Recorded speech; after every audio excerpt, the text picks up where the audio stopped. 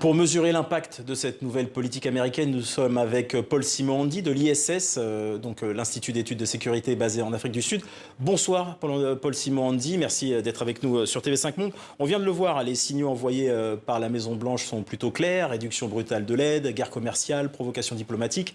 Est-ce qu'on assiste selon vous à une rupture historique entre les États-Unis et l'Afrique ?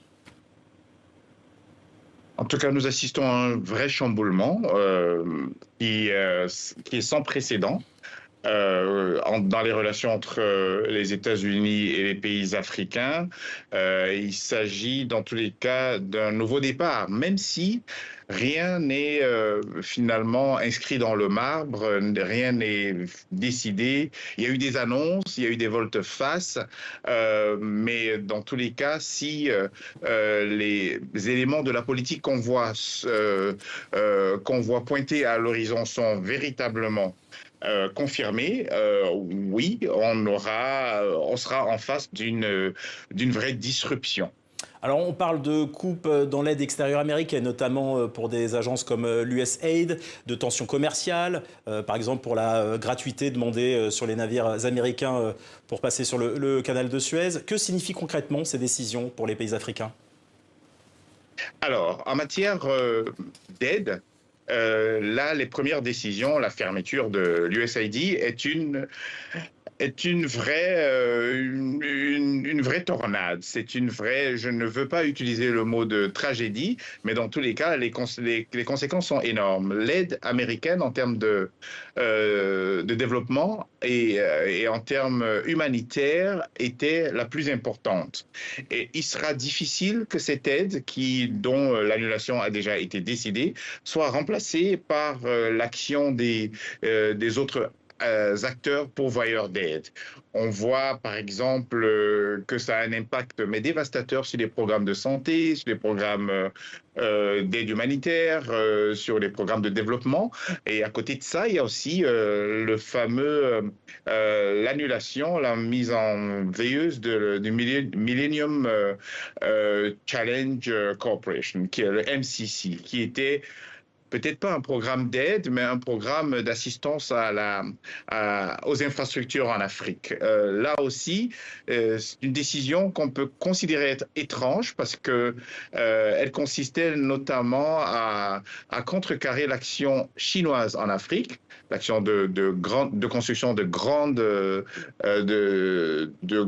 infrastructures, de grands travaux. Les Américains, avec le MCC, construisaient aussi de grandes œuvres d'infrastructure.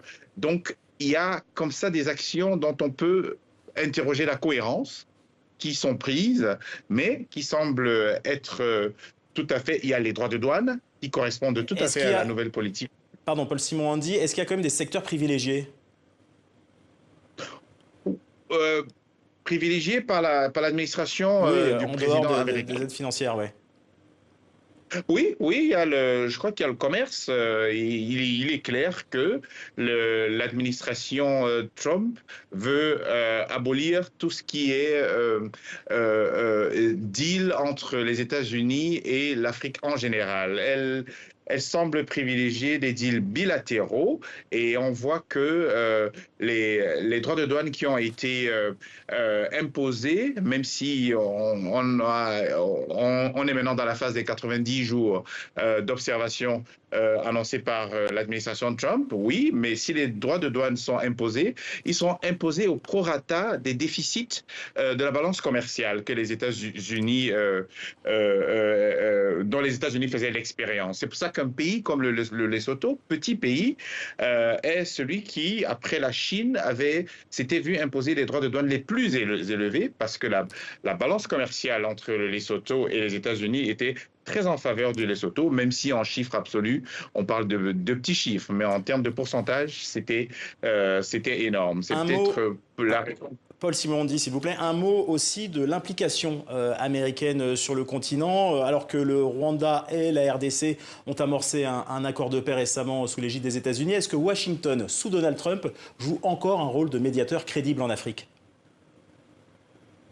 Alors, il faut dire que les actions américaines jusqu'à présent étaient peut dire, des actions globales dont l'Afrique était un dommage collatéral. Mais on a vu que sur la RDC, sur le conflit dans les Grands Lacs, ce qui se passe, c'est que les États-Unis se rendent compte qu'un deal bilatéral, notamment les minerais contre la sécurité, pourrait aussi aboutir à peut-être ce qu'on pourrait considérer comme la première victoire, le premier succès diplomatique de l'administration Trump venant d'Afrique. Parce que demain, visiblement, il est prévu qu'un accord, ou du moins les prémices d'un accord, soient signées à Washington, D.C., entre la RDC et le Rwanda.